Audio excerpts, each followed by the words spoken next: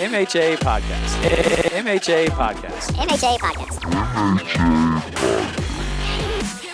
Hey, I am hosting this show, Quinn. I'm sorry. You are taking the words right out of my mouth. Todd's drooling at the mouth. Let me get you a tissue right here. I'm worried that he's Nick Foles. I see the word regression plastered all over his stats. Well, and I cheated a little bit here. You bastard, how could you? This is a cheat-free zone, a Tom Brady-free zone, and you're funking it up. If I want to win a fantasy championship, I don't want my quarterback doing that crap. I have Theo Riddick in front of. Okay. What the Wow.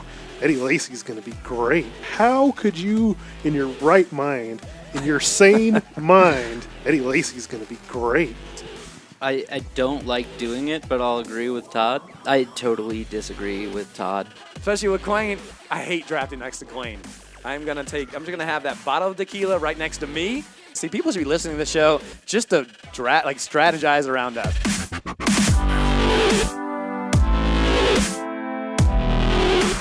Hello, Mile High affiliate owners. It is July, and we are gearing up for another season of the MHA Fantasy Football League. I'm Eric Lansing, here with a couple of familiar voices in Mikey and Todd Diamond. What is up, fellas? It's July. It's the middle of the summer. How's your guys' summer been so far? Fantastic. It's all right. It's pretty hot outside. Yeah. It's pretty warm, but we all have indoor jobs, right? Yeah. True. That's good. This is good. We can talk about a little baseball watching the All-Star game here, and I believe it's still 1-1, right? Yeah. As we are in the ninth inning now for baseball, the Rockies are doing really well. A little slump, but they're still well above 500. Yankees, you got to be happy with what they've done so far. Absolutely. Head of schedule. Head of schedule. Are they going to make the playoffs, though? I think so. You think so? I'm not scared of Tampa Bay, and I'm not scared of the Orioles. No one's scared of the Orioles. I am scared of the Orioles as far as it goes. Okay. Are the Rockies going to do it? Are they going to make the playoffs? Yeah, they should make the wild card. Are you excited? I mean, for someone who's a Rockies fan and have seen some dismal years, it's been, 10 years since they made that World Series run? Yeah, I'm really excited. So you got to be excited, right? Yeah, I just hope they finish strong. Yeah, they've been struggling a little bit, but they have good talent. The rookie pitchers, you hope, hang in there. It's a long season for rookie pitchers, and so at some point you figure they'll hit that rookie wall. But we'll hope for the best. It's great. The city's great when you go to. I've been to a few games and they're packed and it's fun, and it's not just about drinking up in the party deck. People are paying attention to the games. Yeah, eating some Dippin' Dots. Yes, Dippin' Dots, very huge. Orioles. We won't talk about the Orioles. We'll just keep going. So we started this league way back in 2002. So you guys ready to feel old as we talk about some of the top moments of 2002? Anybody know anything off the top of their head from 2002? Rod Smith was the first pick ever. He was our first pick ever? Is that what you're saying to me right now? Because that's Aaron picked him. Oh, you're talking about the first pick in that draft. Yeah, in that draft. Okay, I meant more of in the world that we live in. Sorry. So do you guys remember anything from 2002? Yeah. I remember I was still at CompUSA. I graduated high school. There you go. Jeez. Todd, you were 10? I graduated middle school. Well, there you go. So also in 2002, just to make us feel a little bit older here, George Bush Jr. was our president. Gas prices were $1.11. That's pretty cheap. It's pretty cheap.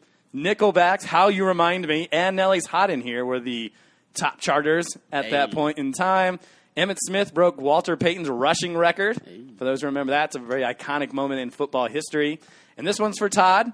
2002 was the first season of 24. Hey. The Kiefer Sutherland show would go on, I believe, for 9 seasons, right? 9 seasons. And they couldn't do it with Dr. Dre in the Aftermath movie. I tried to give it a chance. I watched every episode, of course, but they just couldn't make it. Couldn't make it to the second season. But Kiefer Sutherland, man, he's the man. Yeah. You can't replace Jack Bauer. Exactly. Mikey liked that show. We all liked that show. Exactly. And so that was a good show. Yeah. 2002 was the first season. So now we feel even older.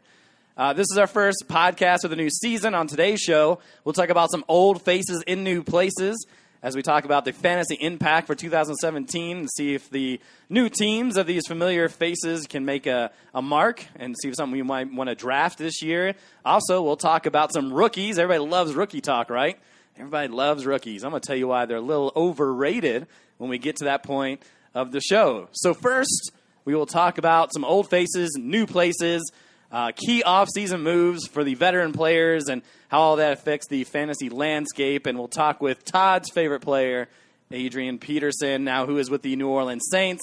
The Oklahoma product has spent 10 years in the NFL, all of them with the Vikings, has reached 1,000 yards or more in 7 of those seasons. 2 were injury-plagued years, and one of those years he missed 1,000 yards just by 30 total yards. And we can't forget about his 2,000-yard season in 2012. In 8 of his 10 seasons, he's reached double-digit touchdowns. So when healthy, he's productive. We'll start with Mikey. I know Todd's chomping at the bit to talk about Adrian Peterson, but I have an order on this sheet, so you're just going to have to bear with me. It's all good. So, Mikey, give me your thoughts on AP now playing for the Saints. He shares a backfield with Mark Ingram, 3rd-round pick Alvin Kamara, and, of course, everyone's favorite touchdown vulture, John Kuhn. So give me your thoughts on Adrian Peterson. Yeah, I was going through my research on Peterson, and I was trying to find a reason to really like this move. But to be honest, I really don't. 32 is kind of that age where, especially with Hall of Fame running backs, you kind of see it's the downward turn of their career. So he's old. He's had some injuries. He went to New Orleans, who's a place that last year they were basically, second in pass attempts in the NFL. So that's not going to help him any.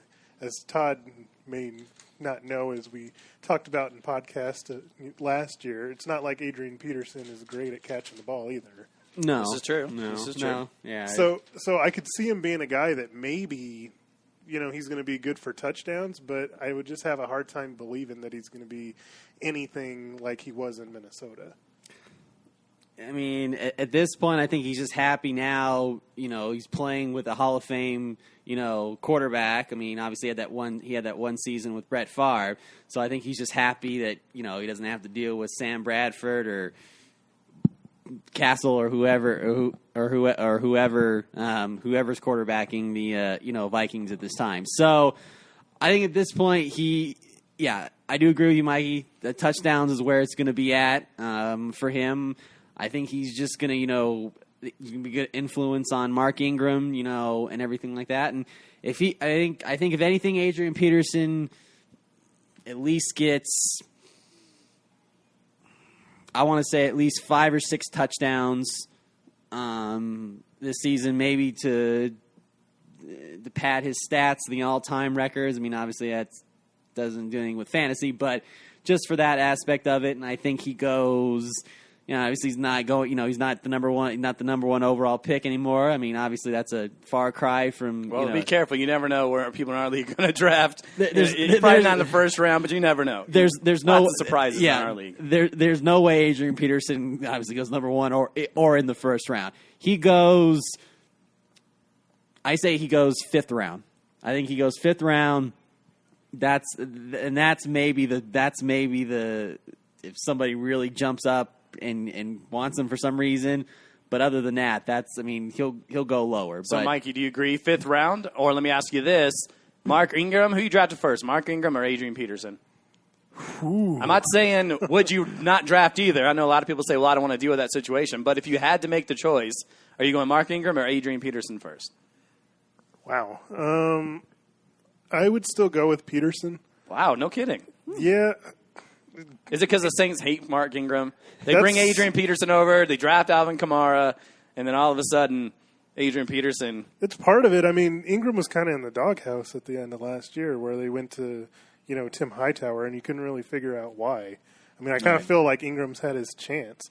And he had one good year 2 years ago, but he was okay. He ran for over 1,000 yards. Yeah. Just 6 touchdowns, at least on the rushing end. He did have 4 receiving touchdowns with 46 catches. So if you're talking about which guy's going to get the receiving end of these, it looks like Mark Ingram would be on the field more than Adrian Peterson. Yeah, I almost think it's a split. A split? Okay. I can kind of see that. But the reason I would lean towards Peterson in this is I think that he's probably got a better chance of reaching the end zone more times than Ingram does. I agree, but you got to watch out for John Kuhn. He's been stealing touchdowns since his day in Green Bay. And so while I think that Adrian Peterson would get the first initial goal line carries, you still got to watch out for him. I don't have much to add. The Saints with Ingram, Hightower, Travis Cadet, or Tavarius Cadet, they were 19th in the NFL last year in rush attempts per game. They were 12th in yards per carry at 4.3, but the Saints were actually 6th in rushing touchdowns with 17. So the opportunities are there for goal line carries. It's just a matter of how much they want to rush, and we know their passing game is definitely in full throttle. They were first in the NFL at 317 yards per game. So, and they were also first in red zone touchdowns. So they scored a lot of touchdowns, both through the air and through on the ground. So I'm kind of, if I would probably take Mark Ingram first. I've always kind of been a Mark Ingram fan, I guess, if you want to put it in that perspective. But that's a tough situation. So good for the Saints. I think it's also better for them in playoff time. And if you're gearing for the playoffs, I think he can help you out more then. So do you save him? Do you Robert Horry him for the whole season? Let him get some sprinkles in there, and then playoffs. Let's go to it. All right. So that's Adrian Peterson talk. Not first round. Can we all agree on that? Yeah. Shouldn't be drafted in the first round. Hell no. All right. Our next guy, we're going to move on to Marshawn Lynch. Now, when I heard Marshawn Lynch was coming back, kind of chuckled, kind of laughed it off. I was like, okay, whatever. The team's going to go to Las Vegas. Maybe he's just going to go with them and party. I just thought it was kind of silly when I heard that because it's tough for running backs to stay in the league. I mean, what is the average? Like 4.5 years is like the career lifespan of a running back. And you have Marshawn Lynch, who comes off of retirement, did not play at all last year. But he's going to Oakland. Or I put Oakland for now, Las Vegas later Raiders, and thought that there might be some fantasy value with the state of running back on that squad.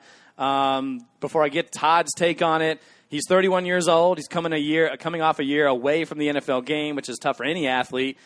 2015 was the last year in the game, and he only played in 7 games, ran for over 400 yards, 3.8 yards per carry, 3 touchdowns. In his 9-year career, he's hit the century mark 6 times, has hit double-digit totals in 4 of those.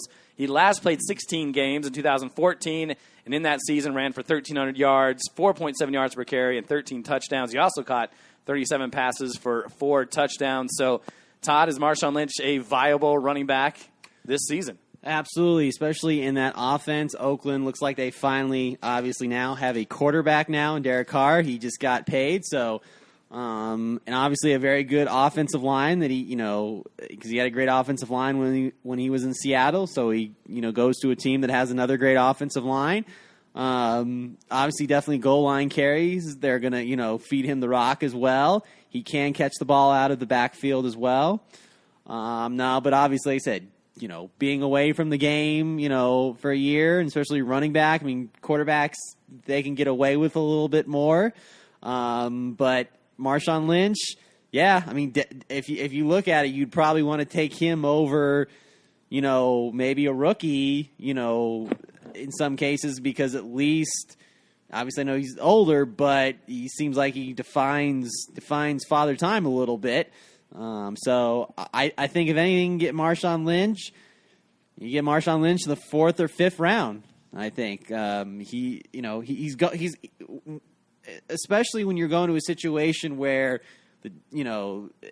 great offensive line, great quarterback, great wide receivers, and that kind of takes the pressure off from you a little. It takes the pressure off of Marshawn Lynch. So it's like, okay, I don't have to be the main option. So that helps Derek Carr.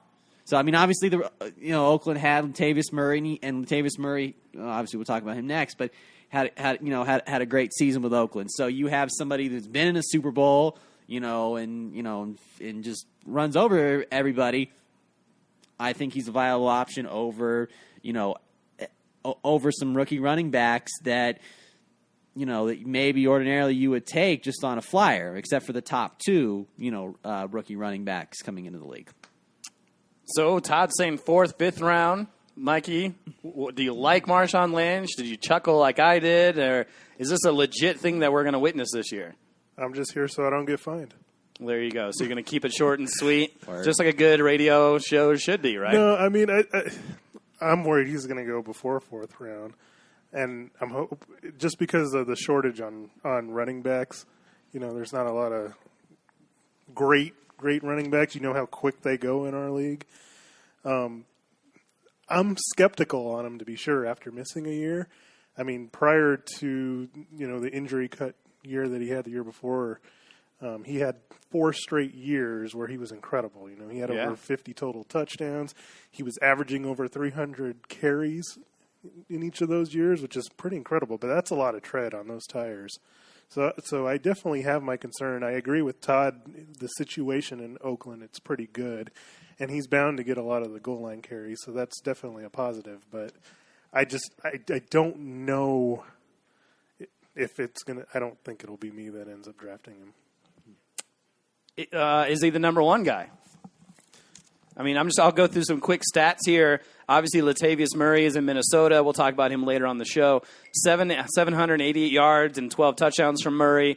He's gone. Who you have left is DeAndre Washington, who had 467 yards, 5.4 yards per carry, 2 touchdowns. Jalen Richard had 491 yards, almost 6 yards per carry. He had 1 touchdown. And then you had Derek Carr as the next guy in the rushing department. So is he the number one, or is it going to be a split by committee, or is he just going to be the 3rd and 1 guy or the goal line guy? Is he the number one, I guess, is my question to you guys. Yeah, I think at this point you bring him in and, just the fact of his experience and what he can do, whether or not, the year, he's going to be a little rusty, maybe the first few games, but I think once he gets past that, he'll kind of maybe get back to a little bit, not back to the beast mode of old, but if I'm looking at percentage-wise, if you can get a 60-70% beast mode, I'll take that all day. I think you got to see what kind of shape he's in. Yeah. I mean, he was his last year in Seattle, he was averaging under 4 yards a carry, which is a bit concerning. So, yeah, I think you got to see what kind of shape he comes into training camp. But remember, too, Seattle traded away one of their offensive linemen to get Jimmy Graham. So that really didn't help either. So, that's a good point. So I was trying to find guys running backs that retired and then came back. I know one. Which one did you? I have one guy on here. Who is your one guy? Ricky Williams. That is the guy I have. He retired in 2003 after 5 seasons in the NFL and came back to play 6 more seasons after that. But when he retired, he was 26, not 31, I think is what we have Marshawn Lynch at. In his first year back, after a whole season away, he rushed for 743 yards, 4.4 yards per carry, and recorded 6 touchdowns. So take that over him. Let me ask you guys, I know I haven't done my rankings yet, and I know you guys probably haven't done your rankings yet, but just going through the running backs, I'm going to pick out some guys, and I have one up on here now. Tell me who would you rather have. Would you rather have Paul Perkins or Marshawn Lynch? Marshawn Lynch. Marshawn Lynch, yeah. Just because of the situation. So I guess I have to go up the list. I guess you guys aren't big Paul Perkins fans. Not a lot of them out there by any stretch, but what about Tevin Coleman or Marshawn Lynch? Marshawn Lynch. I would say Tevin Coleman. Okay, so we're kind of getting there. So what about Mark Ingram? And I guess maybe I'm the Mark Ingram enthusiast, but Mark Ingram or Marshawn Lynch? Based on what? Well, go ahead. I know my rankings are different than yours. Yeah, But I was going to... I would say Marshawn Lynch. Yeah, Lynch on that one. It's just because, you know. So right now you kind of have him in that 17 to 18 range. Isaiah Crowell, Ty Montgomery, still Lynch over those type of guys. I honestly would take Ty Montgomery probably over him. Okay. Corral maybe wouldn't be too bad. Because, Ty Montgomery, that he gets that PPR in there, which, is for sure. It's a very sexy thing to have at running back. All right, so Marshawn Lynch, not kind of got around that 16-17 range. Okay, so good segue. The man who left the Raiders to join Adrian Peterson's old team. That's pretty good. Cyclical. All that stuff going around in a circle. It's Latavius Murray, who now joins the Vikings. When this initially took place, I thought this was a fantastic move for Murray with Peterson gone, but with the rigmarole of Jerick McKinnon and Matt Asiata, I still thought Murray was still the number one guy. Those guys are Asiata and McKinnon are all right, but they're nothing front row number one type of guys.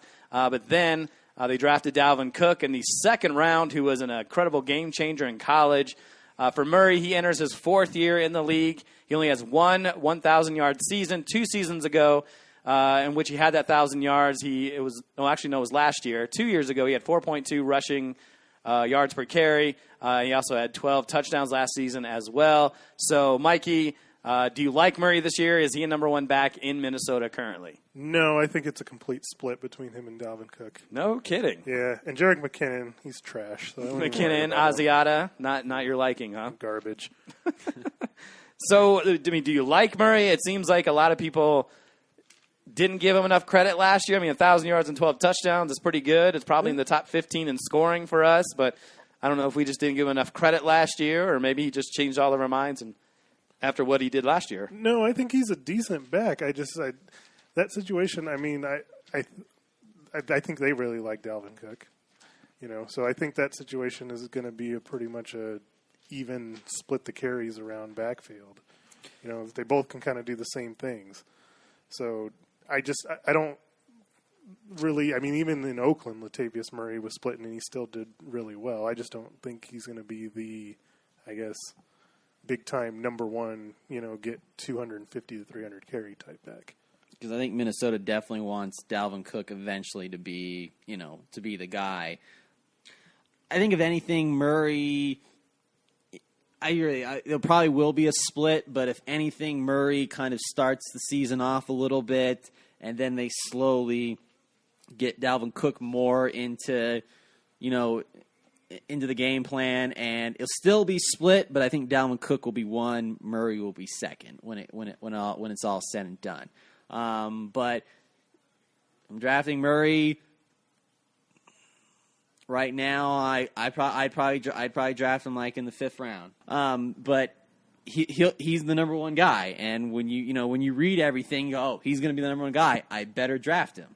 So but that's the conversation that we're having. Now we'll talk more in depth about Dalvin Cook later on in the show. But is Murray the number one guy, or is Dalvin Cook the number one guy? I think Murray's the number one guy right now. And you're saying it's split. You think it's split at this point. Mikey's saying split down the middle. Just some added notes. The Vikings' offensive line, as a rated, was 3rd worst in the league last year. They did draft a center in the 2nd round and a guard in the 5th. I figure the less Sam Bradford is throwing, the better off the Vikings are. I kind of think Murray's underrated. I don't think he's going to reach 1,000 yards because I think at some point Dalvin Cook will get into the mix. I mean, Matt Asiata, he ran for over 400 yards. McKinnon over 500 yards. So I think they'll still get some opportunities. I think he will get the goal line carries, so I think it's possible for him to get to like 7 to 9 touchdowns in that regard because a lot of those other guys, while Asiata had 3.3 yards per carry, probably is going to be kind of the 2nd or 3rd rung on that pole in order to get those goal line carries. Murray did have off-season ankle surgery. He has missed OTAs, but is supposed to be healthy by the start of training camp. So I kind of like Murray. It looks like I'll be drafting him earlier than some folks. I mean, I'm probably in that same range as 4 or 5, but I think he's the number one. But I think Cook, as the season goes along, shows that he wants to be there. Obviously, he has some off-the-field stuff, but we'll talk about Dalvin Cook later. But I think Murray will be all right. I think he is kind of underrated and seems like he can catch a few balls as well. He had 33 last year, 41 the year before, and only in 17 in 3 games that he started in his rookie year. Because ultimately, who's going to be who catches the ball better? Maybe too. That might be a barometer too. But we'll see. I mean, last year Minnesota they rushed the ball 32nd overall in 75 yards per game, but they did a lot more passing and than they did rushing. So we'll see kind of how the balance goes along. Well, and he won't have to worry about Asiata because he's not there anymore. Oh, well, I didn't know. That I didn't know. Mikey doing some homework. So that's one less guy. More goal line carries for Latavius Murray. Going to our 4th running back now, and, of course, the Bronco fans galore in this league. And so we're going to talk about Jamal Charles, the former Texas Longhorn, was released from Kansas City this past February after major leg injuries kind of derailed his career. But Charles was not ready to call it quits. He signed with the Denver Broncos and now is fighting for a spot, or at least fighting for depth chart on the team. He's got a spot in this team, I'm assuming. I guess we'll find out once we get more to training camp. He seems like he's okay. You hear all these things on Twitter that he feels 100%. We'll see if that's true. Obviously, C.J. Anderson and Devontae Booker are the guys that are battling with him for the lineup in the Broncos' backfield. Charles is actually the NFL's all-time leader in yards per carry at 5.5. Go figure that as a home run. Just left the park. Cano, was that in the bottom of the 9th inning? Is this game over? Is this the top of or actually in the top of the 10th? The AL takes a 2-1 lead. Robinson Cano, glad he can hit home runs during All-Star games where it doesn't count and not for your fantasy team when it does. He hits home runs, okay. and he hit it off Wade Davis, one of my You're closest. also close? Wow, incredible. So Charles, he's a 2-time All-Pro. The last time he ran for 1,000 yards was 2014, and he's played in just 8 total games in the last 2 years. So, Todd, how do you see Charles fitting in with the Denver Broncos this year? Well, he definitely had to look at our offensive line, how bad it was. But obviously you're probably not expecting a whole lot from Jamal Charles. He probably wasn't either in this case, because obviously I think CJ still is the number one guy. But again, Jamal Charles is one of those kind of, at this point in his career, high risk and high reward all at the same time. So if I'm drafting Jamal Charles, I'm drafting him. Obviously, I'm drafting C.J. Anderson or even Booker before I'm drafting Jamal Charles. I'm Jamal Charles, 7th round. I just think at this point, I mean, you're bringing him in to. I mean, he can catch the ball, a lot better than like CJ or Booker can. So it's going to be tough. I mean, it all comes down to it, and we talk about this all the time. It comes down to our offensive line. It doesn't matter who we put back there. Our line is still kind of in that rebuilding mode, and whether it's Jamal Charles or C.J. Anderson or Booker, it all comes down to our line. So I'm drafting Jamal Charles the 7th round, obviously, but CJ and Booker before Jamal Charles. I'm going to let him do Third it. string running back in the 7th round. I am going to let him do Mikey, it. go ahead. You're shaking your head. You're holding your face. You're ready to tell Todd that he's absolutely wrong, so let him have it. I was just so surprised. I wasn't expecting that to come out of his mouth. 7th round, yeah, wow, that's way too high. To be honest, he's not even on my radar as far as even being draftable. Somebody that's been as injury prone as he has, he doesn't have any sort of defined role within the team yet. They haven't even been able to get him on the field. Yeah. And so, the Broncos, they don't even know their quarterback situation at this point. So right now... Sure, it's early. We have to kind of speculate on where we are and where we think they're going to be. So, I mean, we're in a disadvantage right now. But let's say he ends up, I don't know, maybe coach tells us he's getting 10 to 15 touches a game. Does it increase that? Does it bring him up? I mean, let me ask you this. Is there a chance? I mean, we saw when C.J. Anderson's healthy, he's pretty solid running back. Devontae Booker, I think we can all say for us who's watching, we're not that big of a fan of Devontae Booker. So is there a chance Jamal Charles can jump into number 2 or even take that number 1 spot? I don't think there is any shot he takes the number 1. I just think at this point that ship has sailed as far as he's concerned. Can he contribute in any way? Third down back? You think he's there to kind of be a veteran leader and kind of groom them and talk to them about what it takes to be a professional running back? Yeah, third down back, get out there, catch a couple swing passes, sure. If he's got anything left, to hopefully be somewhat of a, big play threat on third down, sure. But as far as anything consistent, no, I'm sorry, I just don't see it. Wow, so not even draftable. Mikey's going not even draftable. Okay, I like that. We mentioned the Broncos' offensive line, not great. 21st last season. They did draft Garrett Bowles from Utah in the first round. Last season, Denver rushed for 92.8 yards per game, which was 27th in the league. Charles, I think, will have every opportunity to try to grab that number 1 spot. I mean, I still like C.J. Anderson quite a bit, but he's obviously injury-prone. But like Todd kind of mentioned, wow, Todd, I'm going to agree with Todd on something. Unless that offensive line gets better, it may not even matter who's running the ball back there. But, I mean, it has been quite a bit of time since he's been fantasy relevant. Really, 2 years ago. Really 3 seasons ago now. He did average 5 yards a carry, but everything has to go right. And that's tough for a guy who's had multiple leg injuries. We talked about the lifespan of a running back, not great. So we'll see. We'll kind of watch how things go.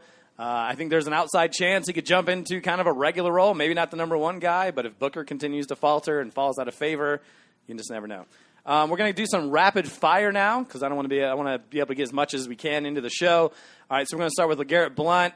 We're going to start with Mikey. Eagles' offensive line was ranked 8th last season. Macon Ryan Matthews, Darren Sproles, and rookie Wendell Smallwood all looked somewhat decent. They all had 4.1 yards per carry, better. But those 3 guys, but none of those guys can really fall in the end zone. Beefy Blount can. So what do you think about Blount?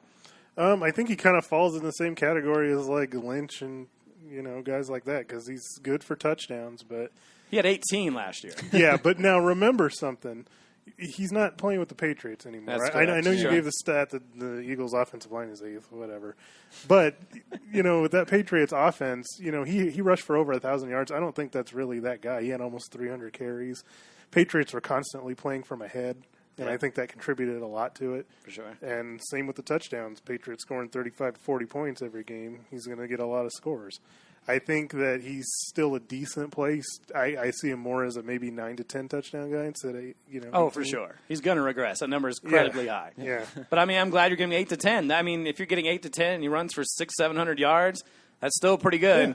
I mean, he's probably not going to catch any passes, but, I mean, you've never been a Ryan Matthews favorable guy. No. You've been and there's a lot of talk they're still going to cut him, but I don't know if that deadline with injury is passed or not. But so, Todd, what do you think about him?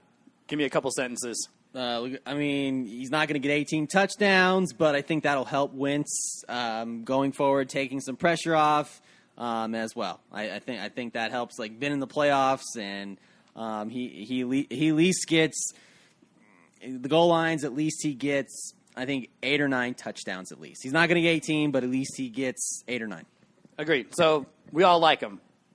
Yeah, Like him. decent. So it's either like him or hate him. Like him better than hate him. Yeah. Okay. Todd's Hall of Fame running back, Baltimore Raven on the field, but Hall of Famer in Todd's heart. That's right. Love him or hate him, Todd, Danny Woodhead. Well, the injury definitely makes me nervous again because he's been hurt the last few seasons. Obviously, I've drafted him, and probably into the first 3 games of the season, he's done for the season. Freak injury. Goes to Baltimore. Obviously, Joe Flacco's probably clamoring for any kind, as many weapons as he can get to throw the ball to.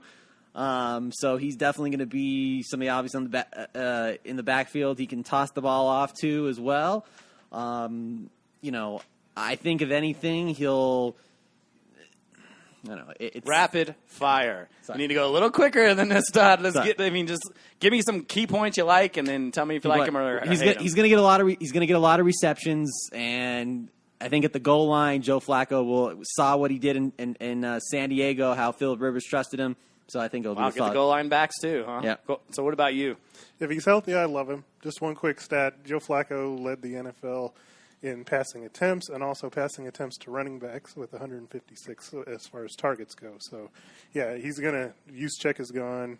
Right. So, yeah, he's going to get targets if he's healthy. Yep, very good, guys. Ravens a very, very pass-heavy team. Favors Woodhead, but can he stay healthy? History says no. That division is not called the black and blue division for nothing, so I'm not sure his body even going to hold up, even if he does get the heap of the carries and tosses. So we'll kind of see. Eddie Lacy now, the bulbous back, now joins Seattle Seahawks, who had one of, if not the worst, offensive line in the NFL last season. Mikey, you had Eddie Lacy at his best and at his worst. What are your quick thoughts on this guy?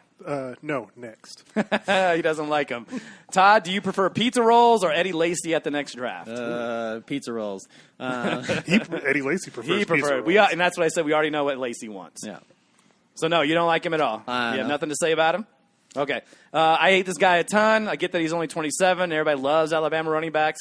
He's coming off a fractured ankle. His weight issues will always be a problem, and there's too much going on in that running department. With a poopy offensive line, I want nothing to do with Eddie Lacy. One more running back here on the rapid fire, and it's a guy that's making all these headlines, obviously because he's a Patriot. Todd, any love for Mike Gillislee? Too many mouths to feed. James White looks like he's, made a good point in the Super Bowl that I should be the number one, but that's never going to happen. The Patriots seem to do a good job of taking other players from other teams and just turning them into, getting all the talent out of them. I mean, they did that with Chris Hogan last year. He came over from Buffalo and all that. So too many mouths to feed. I'd rather go James White, Mike Gillislee, but we don't know what Bill Belichick does. He's a weird guy, so you never know. As Todd would say, White is all right. So, Mikey's shaking his head in dismay. So, are you a Gillislee fan? Yeah, I think he's going to slide right into the role that LeGarrette Blount had. That's basically why they brought him in. He's a guy that was averaging over 5 yards a carry, good inside the 10-yard line, so that he's going to fill that role. I mean, James White is the one in the position with too many mouths to feed with Dion Lewis and Burkhead there. Dion Lewis gets hurt a lot, though. For sure, but I mean, that still gives Gillislee a bunch of goal line carries, and I don't think he'll get 18.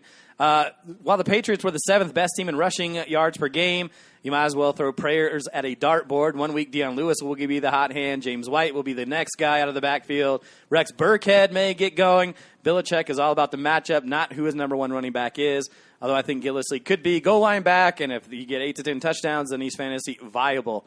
But he is unproven, and there will be a learning curve in that new system. All right, so the running back's done. I don't think we got to all the ones that we wanted to get to, but we've gotten through about a half hour, and we still have a lot to get to. Receiver time now, and we'll start with, one of my favorites that let me down a ton last year, Brandon Marshall. He gets out of the heck hole of the Jets organization into the pass-friendly Giants offense. Pretty cool to just have to move state. You probably don't have to move. Probably Same not, no. stadium, right? Yeah. Marshall is 33 years old, coming off his worst pro season since his rookie year. He played in 15 games, caught 59 balls for 788 yards, 3 TDs. His catch percentage was an abysmal 46%, which was even worse than his rookie year. Mikey Marshall now plays with Eli Manning instead of Ryan Fitzgarbage. So how do you view Marshall and his fantasy outlook for this season? I view him the same as he did last year. Second round overall, second pick, second overall. No, I mean, I kind of see him in that 60 catch range. Oh, the same numbers. 700 yards, 4 or 5 touchdowns maybe. Not like anything incredible like he was before. He's no longer a number one option. He's got Shepard and Odell Beckham there. Eli Manning's going to kind of do what he always does, so I don't really see Marshall's numbers exploding at all. And don't forget the rookie that they drafted too, out of Ole Miss. Even though he's a tight end, he's a bona fide wide receiver, so can't forget about it. Yeah, I think him being there helps the other two more than the other two help him. I agree with that. Do you have anything else to say, or you were good? We're good? We're good, yeah. It's always hard to love a guy after he burns you from the previous season. It wasn't all his fault. The Jets were one of the worst passing offenses and scoring offenses in the league. This is definitely an upgrade, even with all the weapons in the Giants' wide receiver core. Shepard will play in the slot. Marshall and Beckham on the outside. Marshall will make his money inside the red zone. Wow, my voice is going. I just started the show. I'm in trouble. You're going to have to take over. Marshall will make his money in the red zone with a 6'4", 226 frame. It will give opponents fits. The Giants' O-line is terrible. And Manning will have to throw quick outs, which is Marshall's forte, which he likes to do. And he won't put up 2015 numbers, but he can put up top 25 numbers. So close to what you said. I had 65 receptions, 800 yards, and 5 to 7 touchdowns. Yeah, I understand you get a little choked up when talking about your boy. I'm so upset. I need to drink some water. He's like, no, Brandon Marshall. No, it's gonna be it's just gonna be interesting how they're gonna spread the ball around. If one thing too, if Brandon Marshall, accepts his role, which sometimes is probably hard for a wide receiver that's been number one wide receiver on a lot of teams. It's hard to kind of accept that. But if he wants to win a ring, maybe, he needs to just suck it up and just admit that Odell Beckham Jr. is the man in New York. All right, let's go to, my voice is gone. It's been a long time, so I'm going to have to battle through. Right. So Eric Decker, nice segue to talk about Marshall's former teammate. The former Bronco and Jet now lands in Tennessee with Marcus Mariota as a starting quarterback. Decker is coming off a lost 2006 season after injuries took him out after only 3 games. In the offseason, Decker had surgeries on his hip and his rotator cuff and still not 100%. Some sites say he'll be ready by week 1. Decker is 30 years old.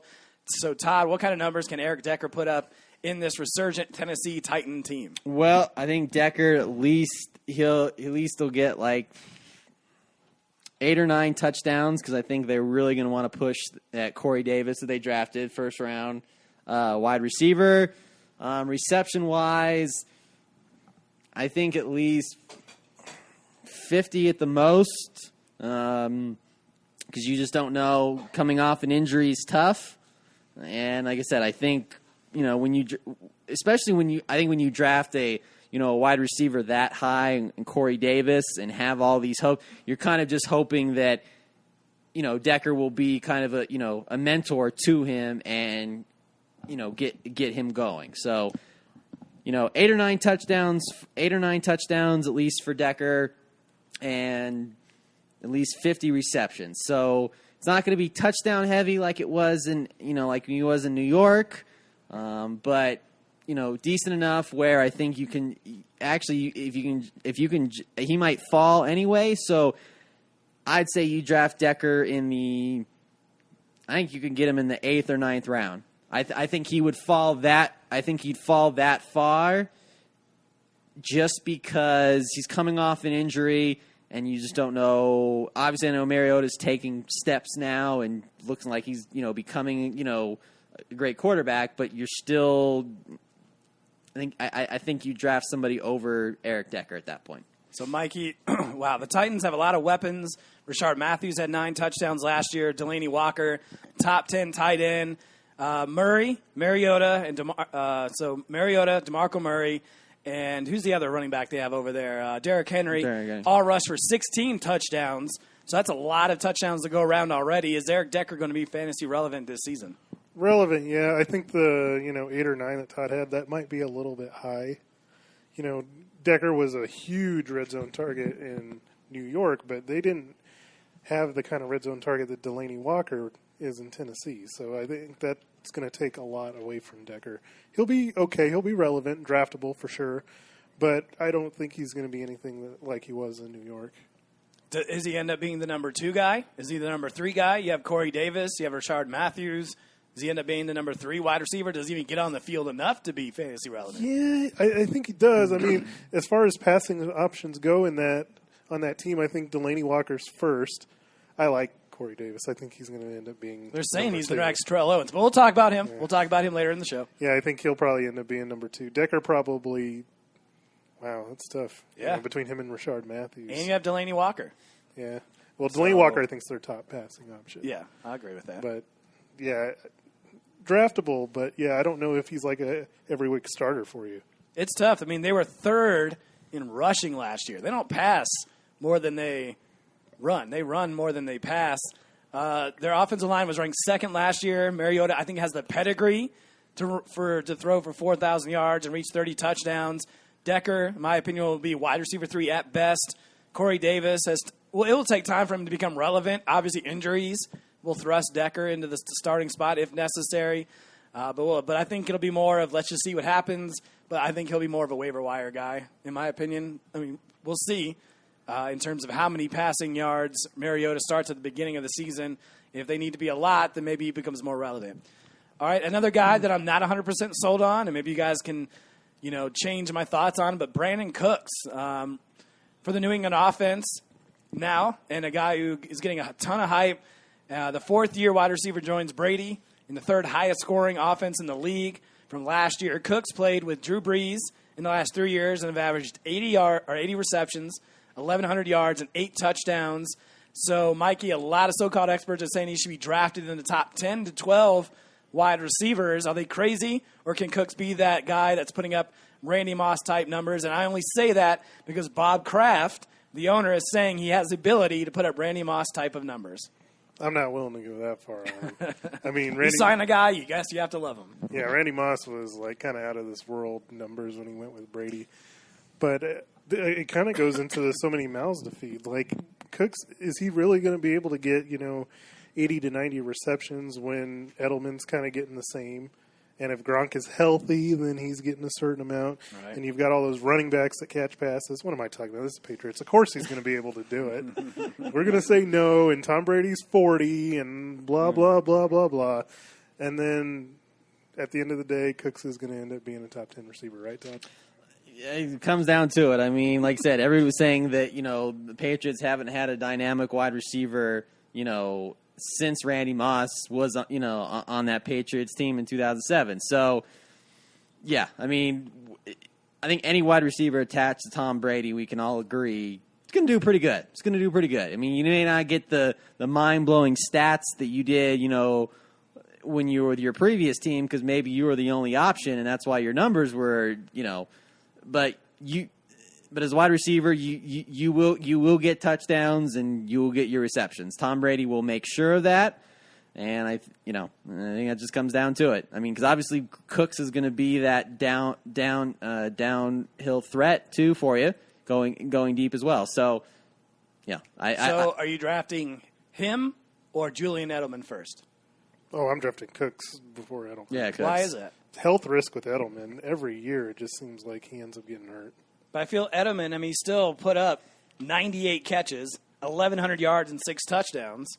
Yeah, and that's probably one of his a top 10 to 15 wide receiver. Yeah, that was one of his better years, and I think part of that was because they didn't really have another receiver like Cooks Malcolm there. Mitchell? You don't like Malcolm Mitchell? No, and also Gronkowski was hurt for most of the season, so a lot more traffic came his way. Yeah, you throw Cooks into that equation, things are going to change a little bit. So, Yeah, I think definitely, if anything, top 10 or top 15, either way you look at it. So, wow. I think Cooks has bust written all over him, maybe more of value than it is what he's going to put up. Obviously, Randy Moss, 98 balls, 1,500 yards, and 23 touchdowns. He's not going to reach that number. Maybe if he was the only receiver over there, but obviously you guys mentioned everybody that they have to kind of feed in that offense. Even with Brady, I don't know. I don't know if I just don't see it or if I don't believe it. I don't know how much of his work ethic is involved or why. I guess the Saints were going to have to pay him.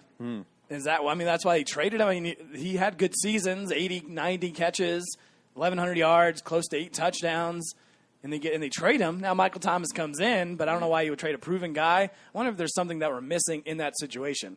But I'm going to go through, if I can get to this page quick enough, about so if we're talking about top 10, top 15 wide receivers, let's talk about who you guys would take. So looking at the rankings here of somebody else, would you guys rather have Brandon Cooks or DeAndre Hopkins? Wow. I'm going to go for a bounce back with DeAndre Hopkins. I go Cooks just because he's attached to Tom Brady. All right. What about Allen Robinson? Ooh, another bounce back. Yeah. Yeah. Ooh, boy. I'm probably going to go Cooks. Yeah, Cooks. So we're thinking he's around the 14th, 15th best wide receiver. This magazine has him at 12, ahead of guys like Amari Cooper, Hopkins, Allen Robinson, Doug Baldwin, Keenan Allen, and Julian Edelman. So that's interesting. I thought, just looking at that, who would I'd rather have between those two? And it's a tough debate. Let's keep going here. Alshon Jeffrey. Another guy I'm not a big fan of. I'm the only one that I guess that doesn't really like him. He seems to go high in our drafts. I think he was in the 3rd round last year. Obviously, the biggest reason I don't like him is because of injuries. He's missed 16 games in 5 seasons. That's a full year in 5 seasons. Last year had hamstring issues. He played for the Bears in all 5 of those seasons. Now plays in Philly on a 1-year contract. Todd, should I give Jeffrey a chance that he can put it all together with Carson Wentz, or should I continue to hate this man? Hell no. Go draft a 3rd-string wide receiver. He'll at least play all 16 games. Is that all you got? That's all. Mikey, Alshon Jeffrey, what do you think? He's just incredibly average to me. Incredibly average. Jeffrey, there's always been kind of rumblings about his work ethic, just kind of in the news, and who knows if they're true or not, but there's just some things that kind of get out through the media. I will say I'm kind of excited that he's throwing with Carson Wentz in North Dakota, but you hope he doesn't get injured. But, he's out there. I think he's trying. Obviously, he played with Cutler for majority of his career. But it's one of those guys I got to see it before I believe it type of situation. He's going to get drafted. So I don't think I'll be the one drafting him unless it's really late. And I want to take – he probably will be the number 1 guy. If you talk about the receiving corps in Philly, they really don't have a number one guy. That's called the League of Underachievers over there with him and Torrey Smith and Jordan Matthews. Yeah, no, and none of those guys really been able to kind of put it together. Zach Ertz led the way with 78 catches. Matthews, 73 for 800 yards. Wow, Dorian Green-Beckham, 36 catches. Yeah. Nelson Aguilar. So he's going to get every opportunity to be the number 1 guy. Wentz showed a lot in his rookie year. Does the league figure him out? Does he continue to put together good numbers? I think if he stays healthy, he has an opportunity, but I think he'll go way before I'm willing to draft him. All right, so let's go rapid fire a little bit here. Terrell Pryor had a breakout year with Cleveland, which is incredible to say that someone did well. Someone in the fantasy world did well for Cleveland. I guess Crowell did all right. But he showed all kinds of talent. Mikey, do you hate him or do you love him? Yum, yum, give me some. Ooh, Mikey loves him some Terrell Pryor. Yeah, that is all Washington does is throw the ball. And yeah, they've got Jamison Crowder there. They got a couple other weapons. But, yeah, I think Terrell Pryor is bound to have a really, really good season. And he only signed a 1-year contract. So it was almost like when he hit free agency, teams weren't necessarily sold on what he did in Cleveland. But you have to remember, he did that with 10 quarterbacks throwing him the ball.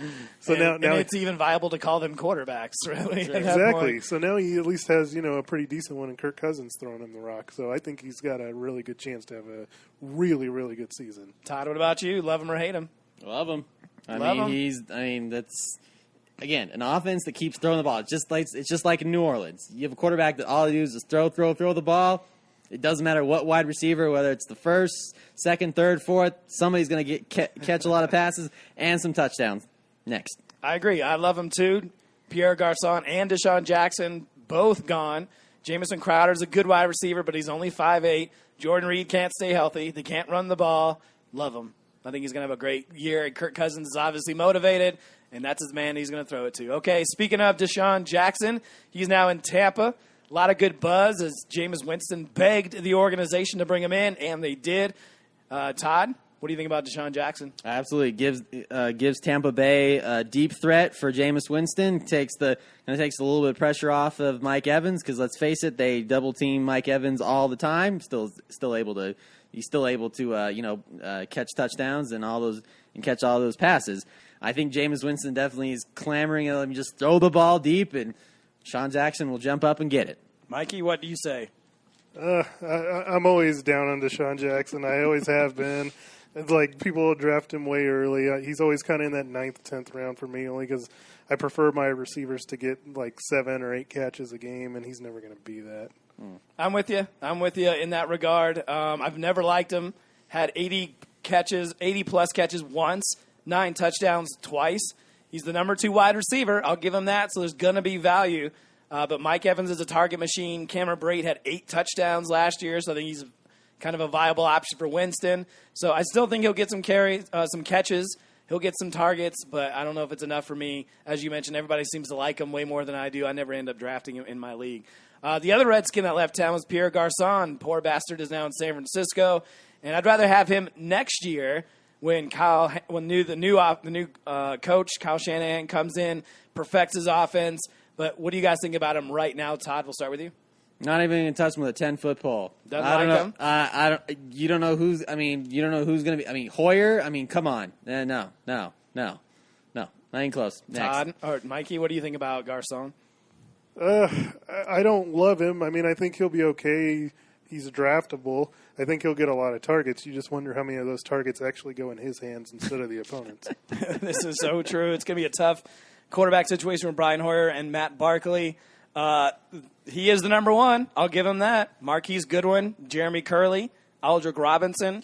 Someone's got to catch the ball. Last year was Jeremy Curley, who had 64 catches, 667 yards, and 3 touchdowns. So maybe when San Francisco gets that quarterback that they want next year early in the draft. But this year, I agree, hate him.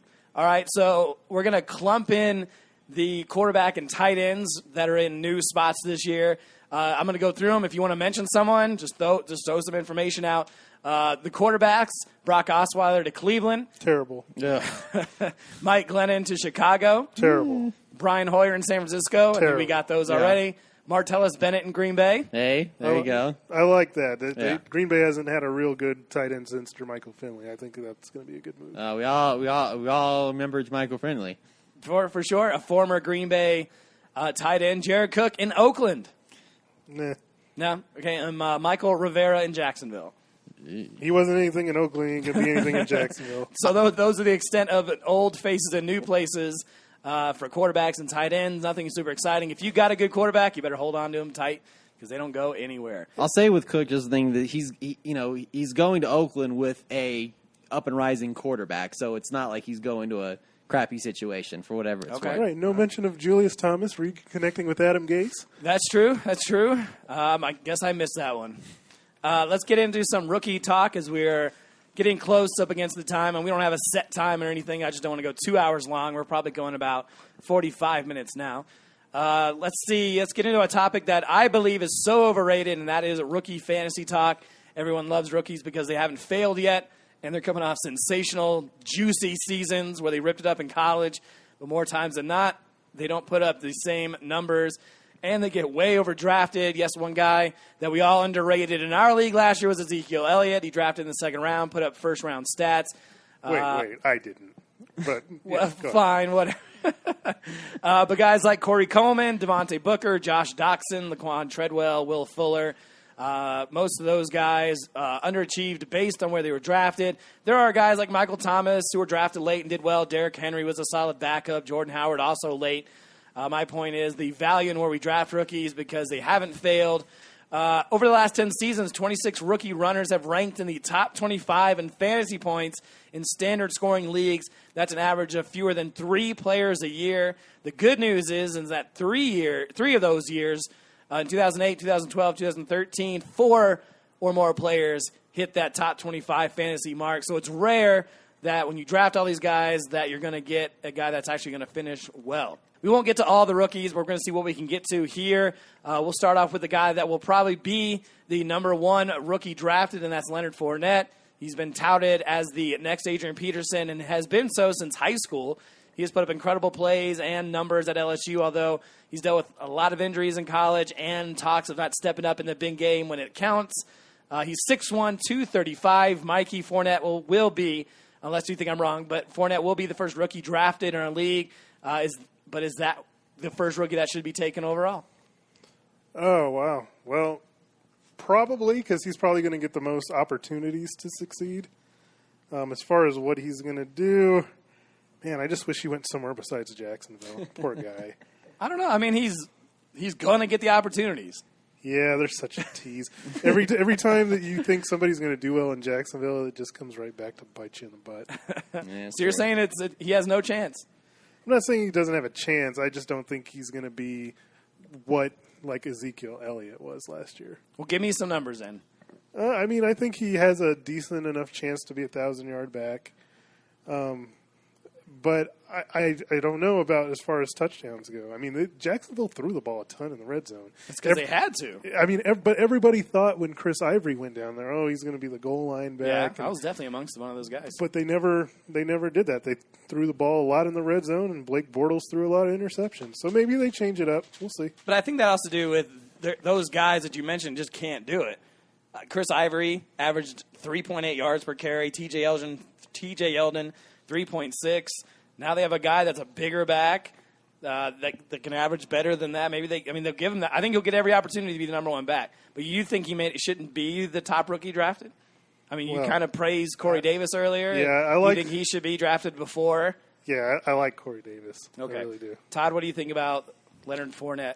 I mean, I think he will. Yeah, I think he will be the first rookie drafted, just because everybody, look at Ezekiel. Rookie backs aren't a dime a dozen. Yeah, we got word. that. Yeah, we got that. Exactly. Yeah, dime a dozen.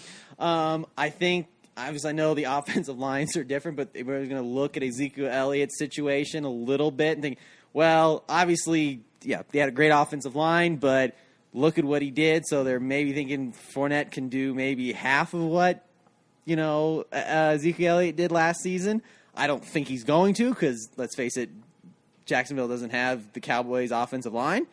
But I think if anything, I think he at least gets 1,000 yards, because I think they're going to force it a little bit, because they don't want Blake Bortles to throw the ball, 100 times. You kind of want to balance it out a little bit. So I think you at least get 1,000 yards.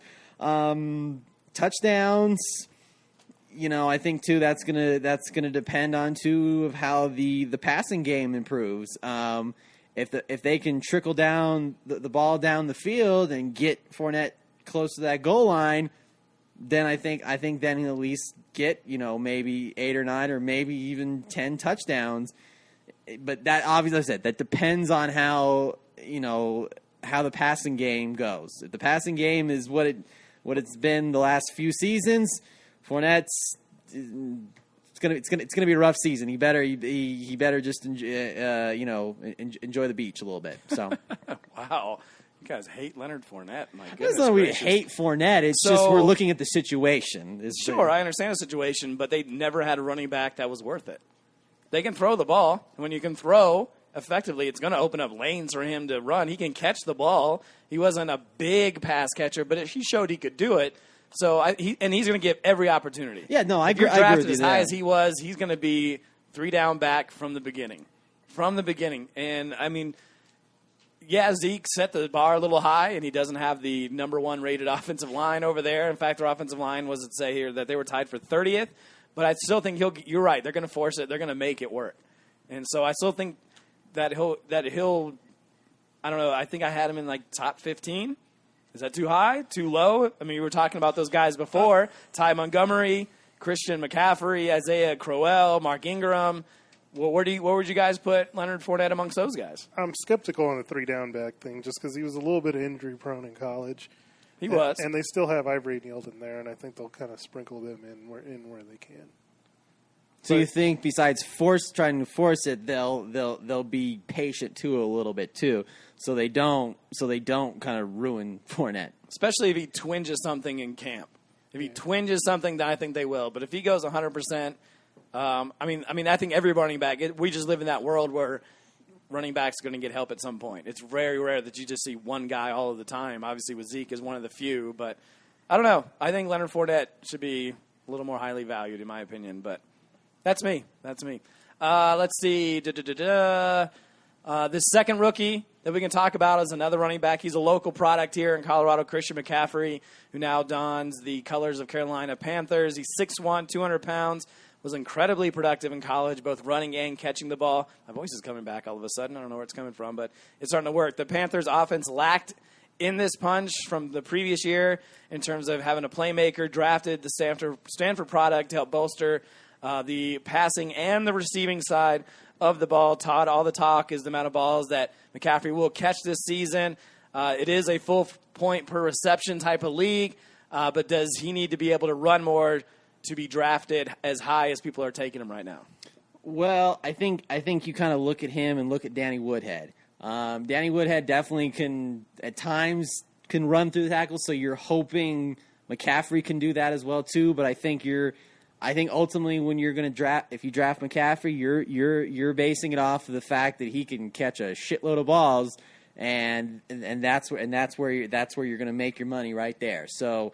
Especially in an offense where I think they're going to have to tweak it a little bit because they're more power happy, offense. Obviously, with Cam Newton pretty much being the primary, passer and rusher at this point, because at this point Jonathan Stewart, really don't count anymore because he's hurt so many times, and when he is on the field, he's off target. But I think with McCaffrey, it does open the offense a little bit. I think that gives Newton a little bit more options. But you're drafting McCaffrey strictly on his passing ability, passing catching ability. That's what you're basing. You're not basing it off of running between the tackles. If he can do that, fantastic. But you're basing it off of how many balls can he catch, whether 5 yards, 6 yards, 7 yards, whatever it is in the red zone. That's where you're making your money.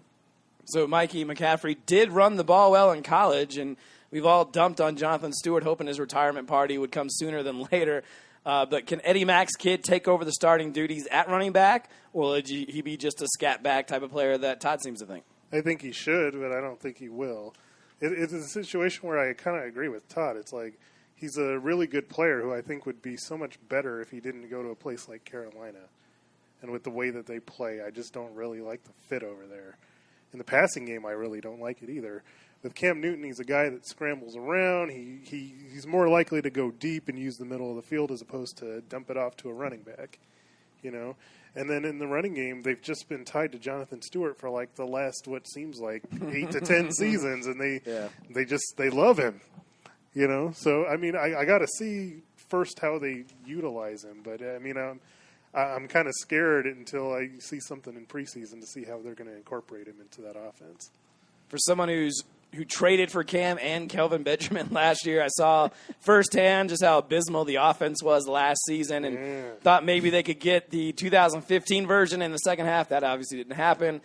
I was reading some Panthers information, and one of the things that I've read was that they're trying to get the ball out of Cam's hands faster. Obviously, we saw he would hold on to it, get it to Kelvin Benjamin 10, 15 yards down the field, Ted Ginn Jr. down the field towards the end zone, and that obviously with Ted Ginn gone, he doesn't have anybody to throw it deep. So I think this works in McCaffrey's favor, that they're going to force, or put in the playbook that we got to dump it off. We got to get rid of it quicker. Their offensive line has had issues, but I think it'll end up being Stewart at first, with him coming in as a third down back. But I think as the season goes along, and Stewart, he's an old man, he's going to have to take less carries. And I think McCaffrey can be okay enough, passable enough, to be able to go through the whole. He's 200 pounds. That's not as big as maybe you want him to be, but I think that's heavier than Danny Woodhead. Yeah, he could Danny be- Woodhead's a little, small, tiny guy, where I think Christian McCaffrey's more of a running back type of body that can be able to sustain, maybe not 3 down backs, 300 carries a season, but if you're splitting duties or getting, biting into some of those maybe 150 to 200, I think his body could hold up for it. At least in the early going. Kind of like reminds me of like Warwick Dunn, or like say somebody like now like Tevin Coleman, maybe somebody like that. So, kind of split. Not everybody's like super excited, but he's definitely going to be drafted, and I think he'll definitely make his mark. And the guy we kind of mentioned already, in Dalvin Cook, Adrian Peterson out of Minnesota. He's a guy who ran for close to 4,500 yards in 3 seasons in college, caught 79 balls for 935 yards, also scored 48 touchdowns in just 3 seasons. He has a lot of off-the-field issues. I read that story today about everything. It's gone back since middle school. This kid has had issues. It's not just 1 or 2 things that we've seen. Like with Joe Mixon, we know of the one situation, but it sounds like with Dalvin Cook, he's got a really tough youth, and it didn't go away when he went to college either. But he was a first-round talent. Because of the issues, went to second round. So is he going to bust out, or is he going to use it as a chip on his shoulder and have to overcome Latavius Murray? Mikey, what are your thoughts on Dalvin Cook? Do you see yourself drafting him in the middle stages of the draft or at all? Yeah, I think middle. That's fair. That's fair. Like I said, I think that'll be a split situation. And I agree with what Todd was saying earlier. It could be a situation to where, if you draft him, maybe you're not starting him right away, but maybe mid-season he overcomes Latavius Murray and ends up being the starter. So, yeah, I think you definitely take a shot on him. Yeah. Is he on your radar, Todd? I think so. If he's there at the right spot, I would draft him because I think he does. Because again, he has that ability to catch a lot of passes. I mean, have you seen those highlights? They're pretty impressive. Yeah, I mean, even during. Watched him during the during the bowl season. I mean, holy crap! I mean, he just had plays galore. So I think with Dalvin Cook, I mean, again, I think it's you just hope. You just hope the off-field stuff doesn't interfere a lot with that. It doesn't get in his head as much, and doesn't take focus away. But if he stays focused and surrounds himself with the right people, he could definitely emerge as that number one guy, and catch a lot of passes too as well, and be that explosive back that you need. Be that have that 4.3 speed that he definitely flashed in college, at Florida State. So if he's in the right spot, I mean, I'm not drafting him any earlier, just because with the Murray situation, because you just don't know. So middle rounds, 5 or 6th round, I draft him. So definitely keep an eye on the preseason situation, see where it ends up coming out. I think it'll be kind of a split situation for most of the season, although Murray, I think, kind of underrated. Joe Mixon now. Bengals drafted the Oklahoma product in the 2nd round, which was crazy to me, but they must really like this guy. He also comes with some baggage. We all saw the video of what he did to a co-ed in that subway. In college, Mixon had some pretty good productivity. 2 years in Oklahoma, 6.8 yards per carry. Scored 17 rushing touchdowns in 2 years, also catching 65 balls, scoring 9 touchdowns through the air. Cincinnati already has 2 veteran running backs in the roster, in Jeremy Hill and Giovanni Bernard. Bernard is coming off a torn ACL, while Hill has been average at best, although his touchdown numbers are pretty high. Todd, does Mixon come in and take over the number 1 spot, or is the hype too high for this guy who played just 2 seasons in college? It's tough. Obviously, if the injuries continue to plague, Hill and Bernard, you almost have no choice. I mean, obviously, very productive in college, like you said. I don't know. That video just kind of just trumps a lot of things. Like, is he gonna do this again? Because all it's gonna take for somebody to catch him on camera and punching another girl in the face, that's done. So if Joe Mixon, I draft him like in the 10th round. I wouldn't. I mean, if somehow during the preseason, if he's on the up and up and being a good citizen and doing everything right and showing what he did in college and staying on the straight and narrow, that might change my mind. But other than that, I'm drafting him in the 10th round. That, you never want to think about that when you're playing fantasy, football, but with real life compared to fantasy. But I'm sorry, that video was just horrifying. I just wouldn't watch. You would just hope, you're like, my God, walking down the street, especially the nightlife or whatever with the athletes and everything. Yeah, no. I know getting away. This really shook up Todd. Did you know the girl in the video? Are you in love with her? Have you started following her on Facebook? I mean, I'm just. All kinds of athletes have done stupid stuff. Yeah, but this was just like, Jesus. Wow, this really affects so Todd. it sounds like Todd's moral conscience will not allow him to take him. So with Mikey, we know you hate Giovanni Bernard. You laughed at me, and deservedly laughed at me when I was excited for the draft pick last year. But Jeremy Hill is still there, still productive, having scored 9+ touchdowns in all 3 of his seasons. Some people are saying Mixon's going to take over that number 1 role before it's said and done, before the season's over. Do you believe that? I was right on Bernard, by the way. Yes, you were. Yes, you were. If I can help it, I don't want any part of that running back situation. There's too many heads involved in that thing. Hill gets the, goal line carries. Bernard gets the third down catches.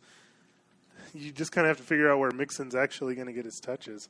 So, to me, there's no clear-cut number 1 in that thing. They're going to use all of them. So they each have something that they're good at. I just, if I can help it. So why'd they draft him? I mean, I know you're not the brass, but give me an explanation. I mean, they must not believe in Hill or Bernard to waste a 2nd-round pick on a guy with not only baggage, but a guy they already have position at. And I know you have to have multiple running backs for an offense to work, and one of them is coming off a torn ACL. But I mean, he'll be back in like 4 or 5 weeks, is my guess, into the season, and then you still have Jeremy Hill there. I feel like it's a waste of a draft pick. So my thought process is they're going to give him the opportunity to take that number 1 spot. It's such a Marvin Lewis thing to do, though. This is what they do. They take high risks on these guys that have had John Ross, right? Yeah, problems off the field, but yet that have talent. They did it with Vontaze Burfict. They did it with Pac-Man Jones. It's just what the Bengals do. Pay no mind to them. It's not a big deal. And then he drafted into John Ross in the 1st round, and they have A.J. Green and Tyler Boyd, and they just paid Brandon LaFell. Like, don't they have issues elsewhere that they need to take care of before? I understand it's sexy to get those skill positions, but I don't know. I mean, Bernard was not going to be ready for week 1. It's the latest thing I'm reading. So Mixon will be the number 2. We'll see what kind of production he comes in that situation. He can catch the ball, and he can run the ball, so I think that's productive. There's an outside chance I think he comes in, but it takes a little bit for running backs to get into the system. And with a healthy A.J. Green back, the touches aren't going to be all over the place for him. I agree with you in that respect that it's not going to be him and then everybody else. It's everybody else and him. So I don't think he's going to make that big of a difference. All right, now we're going to go to a guy that Mikey is in love with, is Corey Davis. Now, he was the number 1 wide receiver taken in this year's draft, and he's been described as the next Terrell Owens. Definitely big praise as Owens will soon be a Hall of Famer. Davis comes out of Western Michigan. He's 6'3", 210, played all 4 years of college, racking up 331 receptions, close to 5,300 yards, averaging close to 16 yards per carry, 52 touchdowns. The Titans snagged him with a 5th overall pick and looking to add talent to a core. That's average at best. Matthews had a pretty good year, but then you have Tajay Sharp, Harry Douglas, Mikey, Terrell Owens, maybe in this kid's blood, and it might be more in the future that he's Terrell Owens, but will he make a difference this year? Yeah, I think he makes a difference. I don't think he's going to be Terrell Owens this year. But, I mean, you watch the guy play, and he's a man-child out there. He's huge. He's got big hands, big body. It's going to be a very big help. And Mariota's getting better every single year. So I think there's a lot to be excited about with the Tennessee offense. I think that Corey Davis is going to be a big part of that. Todd, what would you do with big hands? I'm just kidding. I don't answer that question. Rashard Matthews. I'm very confused right now.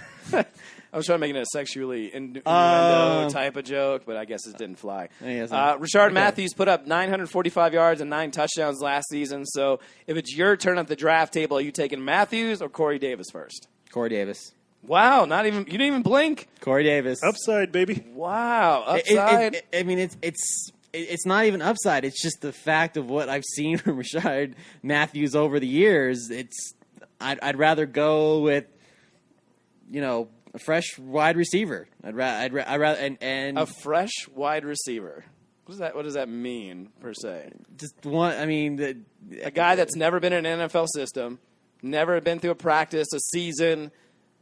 That's considered fresh, as opposed to Rashard Matthews, he's not an elite guy. He's not a top 10, 15 guy. He's probably a top 20, 25 guy. He put up decent stats last year, and he's coming back for another season and comfortable with Mariota. But you're willing to take Davis first. Yep. Let me just remind you, in T.O.'s first season with the 49ers, 35 catches, 520 yards, and 4 touchdowns. Jerry Rice was still there. It was still his first year. Still, but Steve Young still had to. And we're talking about Steve Young. I'm not saying that Mariota is I know, a bad quarterback, but it's still Steve Young, and I'm sure there's still plenty of balls to go around. I understand, but I think it was just more getting comfortable. It just, So give me his numbers. What do you think Corey Davis puts yes. up? So I think Corey Davis gets 70 receptions and touchdowns. He gets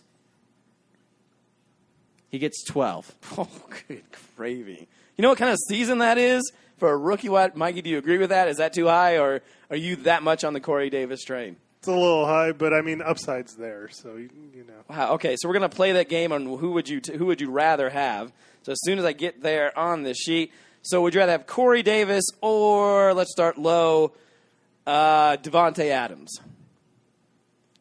Davis. Wow. Wow. I'm pretty good at this game. Yeah, that's I've gotten you on every one of them so far. Wow.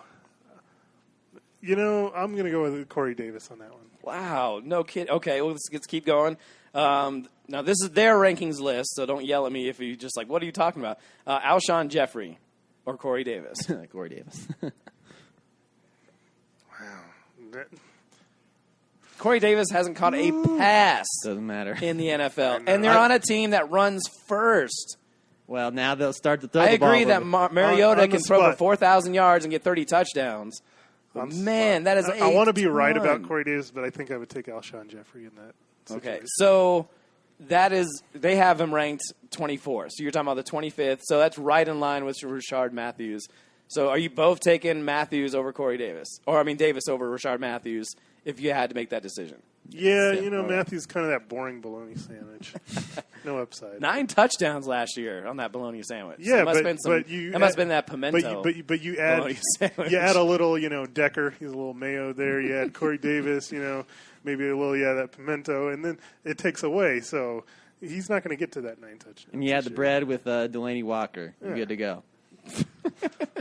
This is why I'm running the show, because you guys have just gone on some weird tangent. All right, so we're not going to go too deep into quarterbacks and tight ends, but I'm going to throw some names at you, and if you like some guy, you want to mention something, go ahead and throw it out there. So the rookie quarterbacks, you have Deshaun Watson, Mitch Trubisky, Patrick Mahomes. Those are your quarterbacks. You have Mike Williams, who's a wide receiver guy, O.J. Howard, David Njoku, and, of course, just because we have a lot of Denver Bronco fans, and he has an opportunity, Jake Butt. Anybody want to say anything about those guys? Quarterbacks all suck. Okay. Jake Butt probably won't be healthy enough to play right away. Jeez, what is the deal with the Broncos drafting tight ends that can't stay healthy? I don't know. Is that just a skill that John Elway has? That's like the Sixers drafting #1 picks that can't stay healthy either. So Don't bring basketball into our fantasy football. What's sorry. wrong with you? If you're going to use metaphors and similes, it's got to be football related. The tight ends are actually kind of interesting just because there's not a lot of really good tight ends. So, you wonder if, Njoku or O.J. Howard, those guys, maybe they'll give a little bit of depth to the tight end position. Watson will start in Houston. I'm calling that one right now. I think I think they almost will have to just because of the fans will start chirping. Obviously, it comes to the fans that they're always right. But I think Watson will probably end up starting. You're not a big Tom Savage fan? No. It's too bad. Yeah. He had 461 yards passing last year. Well, that's that. Well, that shuts me up. So. All right, so we are over an hour so far. We got through some interesting names, that more of the news and notes type of situation. We talked about some rookies. Anything else you guys want to add before we get out of here? I mean, a lot of good talk on, man, Corey Davis. You guys are madly in love with Corey Davis. And it's early, Once we really start diving into the research, minds can be changed. Yeah, for sure. But, I mean, wow, 12 touchdowns for a rookie wide receiver. I mean, if you're right, man, you're going to have a great season. But so I guess I'm not going to be the guy that drafts him this year. I didn't say 12. I thought 12 was a little high. Sure. But you didn't shake your head and say Todd was a numbskull either. You were like, all right, maybe not 12, maybe 10. I usually do that. Yes, you do. Well, it's a record. There wasn't that many in this podcast, but it's still early. It's still early. I could still say some stuff like, "Damn it, Todd, what's wrong with you?" Wow, we didn't have to say it. Todd said it himself. Yep, today. of course. I send the podcast off with a bang. So that'll do it for this show. Tune in next time as we'll dive into some football positional rankings. We don't know which position that'll be, so you'll just have to kind of stay tuned. And next time we'll also try our first round mock draft. That will kind of hopefully be better than last year's. We didn't do so hot last year. So we'll see how that goes this year. It's always fun to go through that, though. So, owners, thanks for tuning in. For Todd Diamond, Mikey Renault, I'm Eric Lansing. Maybe we'll have a special guest on next time. We'll see you next time on the MHA Podcast. MHA Podcast. MHA Podcast.